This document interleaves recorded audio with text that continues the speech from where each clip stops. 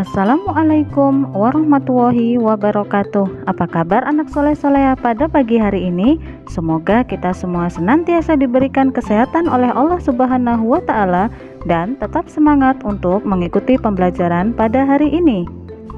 Baik, pembelajaran kita pada hari ini masih di tema E, pahlawanku, subtema 2, pahlawanku kebanggaanku, pembelajaran 1 sampai 6. Tapi dalam hal ini Umi akan menyampaikan dalam 2 termin. Simak baik-baik ya. Kita mulai dulu dengan yang tema E, subtema 2, pembelajaran 1 sampai dengan 3. Adapun materi yang akan Umi sampaikan pada hari ini, yang pertama adalah menggali informasi dengan membuat tabel No Wonder. Mencari informasi tentang peninggalan kerajaan Islam. Memanfaatkan sifat bayangan pada cermin, makna dan simbol sila kelima dari Pancasila. Mencari informasi tentang pahlawan nasional dan lagu Maju Tak Gentar serta lagu Syukur. Tujuan pembelajaran yang ingin kita capai pada hari ini, yang pertama, siswa dapat menggali informasi dengan membuat tabel No Wonder. Siswa dapat mencari informasi tentang peninggalan kerajaan Islam. Siswa dapat menjelaskan manfaat sifat bayangan pada cermin.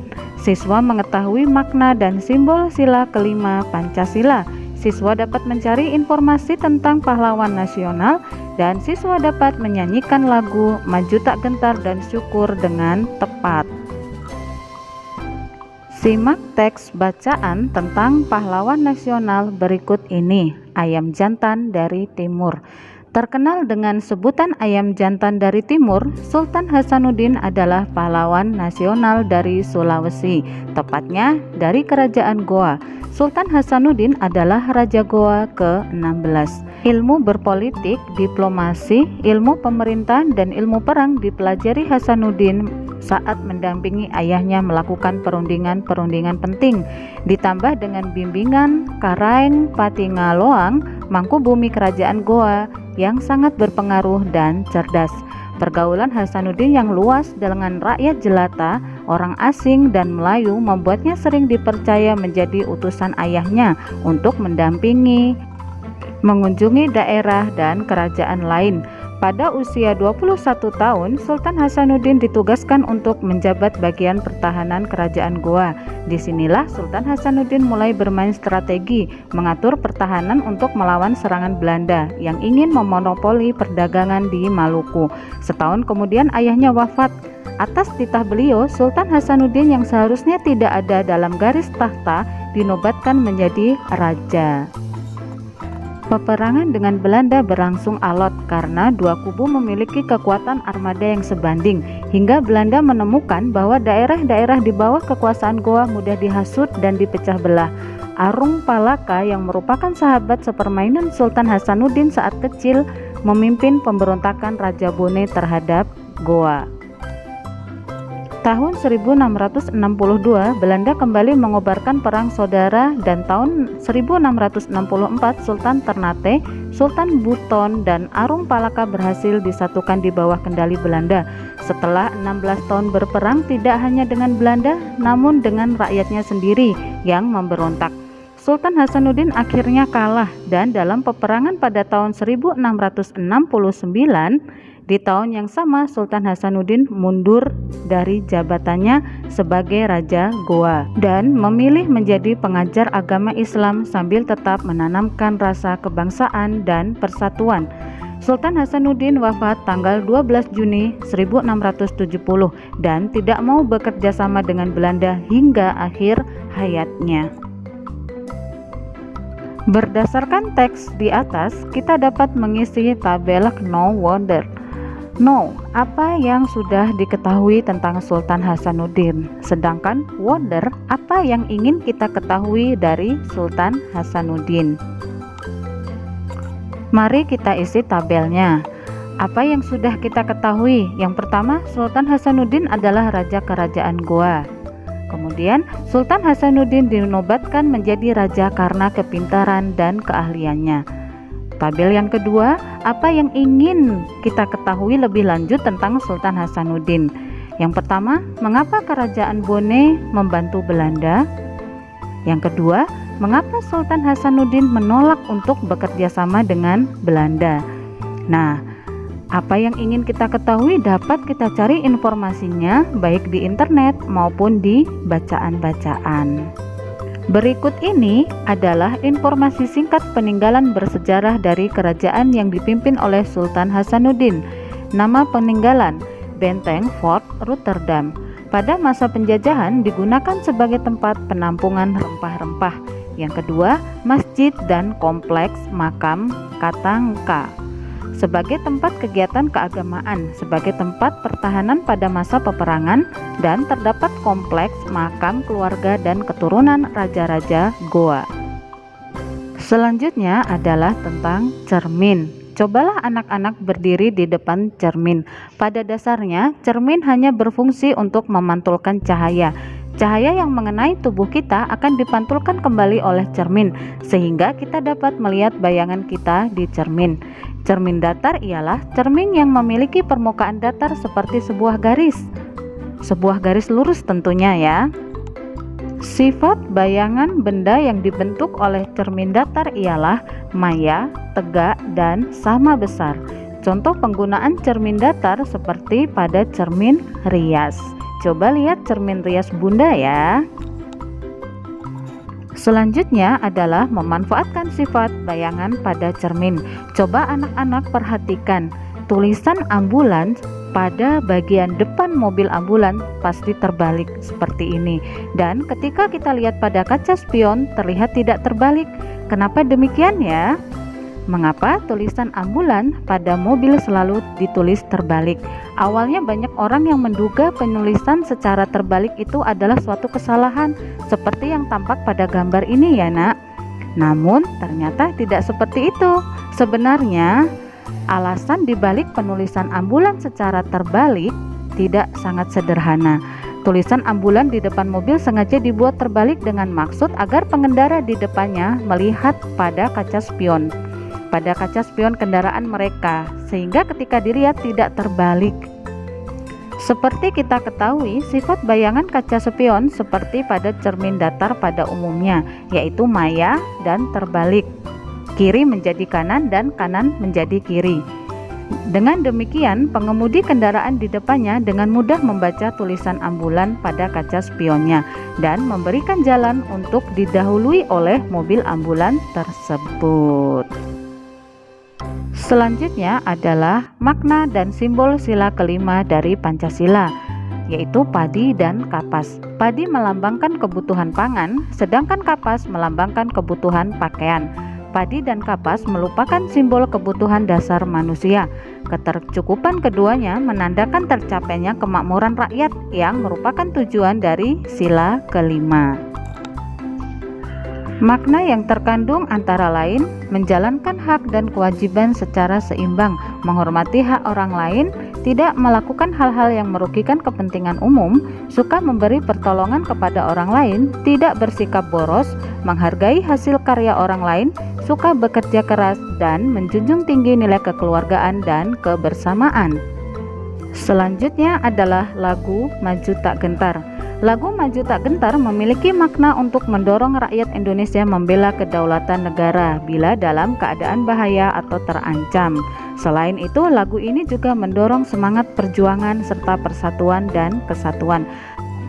Lagu Maju Tak Gentar ini diciptakan oleh salah satu dari pahlawan nasional Indonesia, yaitu Kornel Simanjuntak atau yang biasa disingkat C. Simanjuntak.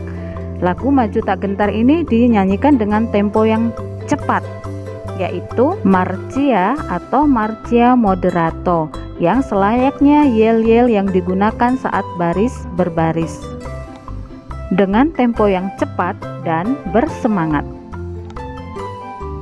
Anak-anak tentunya sudah pernah ya menyanyikan lagu Maju Tak Gentar. Nah, tugas tambahan dari Umi, nyanyikan lagu Maju Tak Gentar dengan tempo yang tepat, boleh bersama anggota keluarga atau sendirian. Kirim videonya ke Umi ya. Kita lanjut lagi ke tema E, subtema 2, pembelajaran yang keempat, 5, dan 6. Berikut ini adalah salah satu dari pahlawan nasional kita, yaitu Dewi Sartika, yang merupakan seorang pahlawan nasional yang berjasa dalam mengangkat derajat wanita Indonesia melalui bidang pendidikan. Perjuangannya tidaklah mudah, karena pada saat itu wanita tidak boleh bersekolah dan menuntut ilmu. Dewi Sartika dilahirkan di Bandung pada tanggal 4 Desember 1884. Dewi Sartika merupakan anak dari priyayi Sunda, yakni Raden Somanagara dan Raden Ayu Raja Permas. Ayahnya merupakan pejuang kemerdekaan pada masa itu. Sejak kecil, Dewi Sartika sudah menunjukkan bakat sebagai pendidik. Dewi Sartika berkeinginan agar anak-anak perempuan di sekitarnya dapat memperoleh kesempatan untuk menuntut ilmu pengetahuan. 16 Januari 1904, Dewi Sartika mendirikan sebuah sekolah yang diberi nama Sakola Istri.